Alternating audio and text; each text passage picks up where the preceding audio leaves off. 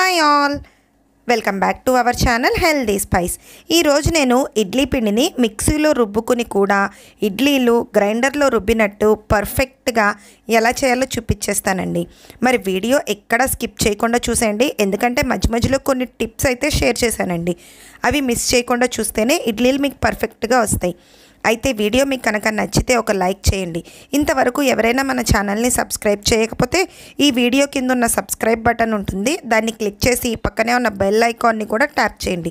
ఇప్పుడు మనం పర్ఫెక్ట్గా ఇడ్లీ బ్యాటర్ని ఎలా ప్రిపేర్ చేయాలో చూసేద్దాం. వచ్చేసేయండి. దీనికోసం అని చెప్పని ఒక బౌల్ తీసుకుని దానిలోకి ఒక గ్లాస్ వరకు మినప్పప్పుని యాడ్ చేసుకోవాలి. ఇక్కడ నేను గుండు మినప్పప్పు యాడ్ చేసుకుంటున్నానండి. అలాగే ఒక పావు చెంచా మెంతులు వేసుకోండి. మెంతులు ఒక గ్లాస్కి పావు చెంచా మెంతులు మాత్రమే వేసుకోండి. మరీ ఎక్కువ వేస్తే మన ఇడ్లీలు అనేవి చేదుగా ఉంటాయండి, అస్సలు బాగుండవు. ఇప్పుడు దీనిలోకి కొన్ని వాటర్ యాడ్ చేసుకుని ఈ మినప్పప్పునంతా బాగా వాష్ చేసుకోవాలండి. ఈ మినప్పప్పుని 3-4 సార్లు ఖచ్చితంగా వాష్ చేయాలి, ఎందుకంటే ఈ మినప్పప్పు బాగా పాలిష్ పట్టుంటుందండి. చూడండి, వాటర్ అనేవి ఇట్లా వైట్గా వస్తున్నాయి కదా, ఈ వైట్నెస్ పోయి మనకి వాటర్ అనేది ట్రాన్స్పరెంట్గా అయ్యేంత వరకు చక్కగా వాష్ చేసుకోవాలి. ఈ విధంగా వాష్ చేసేసుకున్నాక చూడండి, ఇక్కడ ఇప్పుడు నేను ఈ పప్పు మునిగేంత వరకు వాటర్ యాడ్ చేసుకుంటున్నానండి. ఈ విధంగా వాటర్ యాడ్ చేసేసుకుని దీనికి మూత పెట్టేసుకుని ఒక 5 నుంచి 6 గంటల వరకు అయితే మనం మినపప్పును నానబెట్టుకోవాలండి. ఈ విధంగా పప్పు నానబెట్టుకోవటం మూలంగా మన ఇడ్లీలు అనేవి చక్కగా సాఫ్ట్గా వస్తాయి. అంతకు మించి ఎక్కువసేపు నానబెట్టాల్సిన అవసరం లేదు. ఇప్పుడు ఒక గంట ముందు ఇంకో బౌల్ తీసుకొని దానిలోకి 2.5 కప్పులు ఇడ్లీ రవ్వ యాడ్ చేసుకోండి. మీరు ఏ గ్లాస్తో అయితే మినపప్పు యాడ్ చేసుకున్నారో అదే గ్లాస్తో లేదంటే కప్పుతో కూడా ఇడ్లీ రవ్వని యాడ్ చేసుకోండి. ఇప్పుడు ఈ ఇడ్లీ రవ్వలో కూడా కొంచెం అంత వాటర్ వేసుకొని దీన్ని కూడా ఒకసారి వాష్ చేసేసుకోండి. ఒకట కానీ 2 సార్లు కానీ వాష్ చేసుకోండి. చూడండి, ఈ విధంగా వాష్ చేసుకున్నాక ఇప్పుడు ఈ ఇడ్లీ రవ్వ మునిగేంత వరకు మనం వాటర్ యాడ్ చేసుకోవాలండి. అయితే ఈ ఇడ్లీ రవ్వ సన్నని రవ్వ వాడితే మనకి ఇడ్లీలు అనేవి చక్కగా సాఫ్ట్గా వస్తాయి. ఇప్పుడు దీన్ని మూత పెట్టుకుని ఒక గంట పాటు నానబెట్టుకోండి. ఇప్పుడు 5-6 గంటల తర్వాత మూత తీసి చూస్తే మన మినపప్పు అనేది చూసారా చక్కగా నానిపోయింది. ఇంతకు మించి ఎక్కువ నానాల్సిన అవసరం అయితే లేదండి. మరీ ఎక్కువగా నానినా కానీ మన ఇడ్లీల టేస్ట్ అంత బాగుండవు. ఇప్పుడు ఒక మిక్సీ జార్ తీసుకుని ముందుగా మనం నానబెట్టుకున్న మినపప్పులో వాటర్ అంతా తీసేసుకుని ఈ మిక్సీ జార్లోకి యాడ్ చేసుకోవాలండి.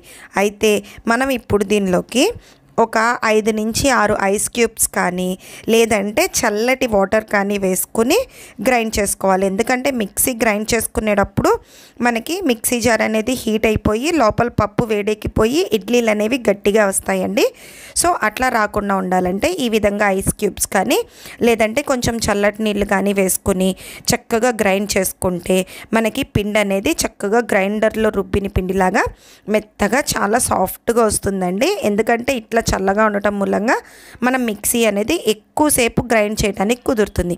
ఇప్పుడు ఈ పిండినంతా ఒక బౌల్లోకి యాడ్ చేసేసుకోవాలండి. చూసారా, మన పిండి అనేది సేమ్ గ్రైండర్లో రుబ్బిన పిండిలాగా ఎంత క్రీమీ టెక్స్చర్ లాగా వచ్చిందో.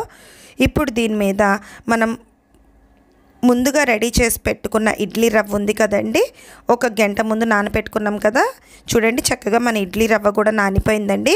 ఇప్పుడు దీనిలో వాటర్ మొత్తం తీసేసుకుని ఈ పిండినంతా మనం గట్టిగా పిండేసుకోవాలండి. అస్సలు వాటర్ అనేది ఉండకూడదు. వాటర్ ఉంటే మళ్ళీ మన ఇడ్లీ పిండి అనేది వాటరీగా అయిపోయి ఇడ్లీలు అనేవి సరిగ్గా రావు. ఇట్లా వాటర్ మొత్తం పిండేసుకుని ఈ రవ్వనంతా దీనిలోకి యాడ్ చేసేసుకోవాలి. ఈ విధంగా రవ్వ మొత్తం యాడ్ చేసుకున్నాక దీన్ని ఇప్పుడు బాగా మిక్స్ చేసుకోవాలండి. ఈ మిక్స్ చేసుకోవటంలోనే మనకి ఇడ్లీలు అనేవి మంచిగా రావడానికి ఛాన్స్ ఉంటుంది. చూడండి, ఈ విధంగా బాగా మిక్స్ చేసేసుకున్నాక మూత పెట్టేసుకుని ఓవర్ నైట్ పాటు ఈ పిండిని ఫెర్మెంట్ అవ్వాలి. లేదంటే ఒక 7 to 8 అవర్స్ ఫెర్మెంట్ చేసుకోండి.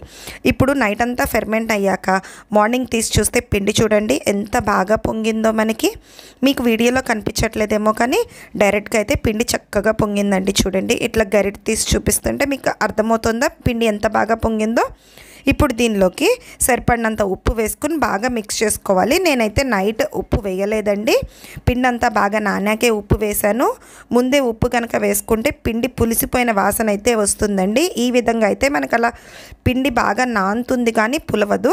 ఇప్పుడు ఒక ఇడ్లీ ప్లేట్ తీసుకొని దానిలో కొంచెం నెయ్యి కానీ నూనె కానీ వేసుకుని బాగా అప్లై చేసేసుకుని ముందుగా మనం రెడీ చేసుకున్న ఇడ్లీ బ్యాటర్ని దీనిలోకి వేసుకోవాలండి. మీకు నెయ్యి కానీ నూనె కానీ ఇష్టం లేకపోతే కనుక ఇడ్లీ ప్లేట్లని శుభ్రంగా తడిపేసుకొని ఆ వాటర్ తడి ఆరిపోనివ్వకుండానే మనం ఇడ్లీ పిండి కనుక వేసుకుంటే ఇడ్లీలు అనేవి మనకు అసలు ప్లేట్కి అతుక్కోకుండా వచ్చేస్తాయి. ఇంకో టిప్ ఏంటంటే ఇక్కడ ఇడ్లీ పిండి అనేది మనం గుంటల్లో మొత్తం పొంగిపోయే వరకు వేసుకోకూడదండి, కొంచెం గ్యాప్ ఉంచుకుని వేసుకోవాలి. ఇప్పుడు ఇడ్లీ కుక్కర్లో కొంచెం వాటర్ పోసుకుని వాటర్ ఇట్లా మరిగాక మాత్రమే మనం ఇడ్లీ స్టాండ్ని దీనిలో పెట్టుకోవాలండి. ఎందుకంటే ముందుగా అయితే మనకి ఇడ్లీలు అనేవి గట్టిగా వచ్చే ఛాన్స్ ఉంటాయి వాటర్ మరగకుండా పెడితే.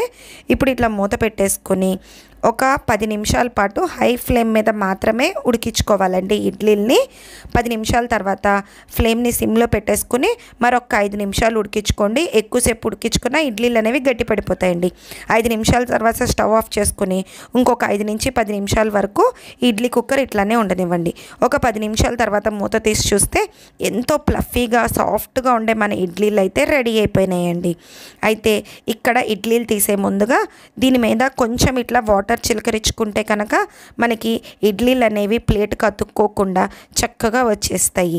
ఇంకో టిప్ ఏంటంటే మనం ఇడ్లీలు తీసే ముందు స్పూన్ని కనుక కొంచెం వాటర్లో ముంచి ఇడ్లీలు కనుక తీసుకున్నామంటే ఇడ్లీలు చక్కగా స్మూత్గా వచ్చేస్తాయి. చూడండి ఎంత ప్లఫీగా ఎంత సాఫ్ట్గా అయితే ఉన్నాయో. అంతే అండి, ఎంతో టేస్టీ అయిన ఇడ్లీలు అయితే రెడీ అయిపోయాయి. వీడియో నచ్చినట్టయితే like, share and subscribe for more videos. Thanks for watching.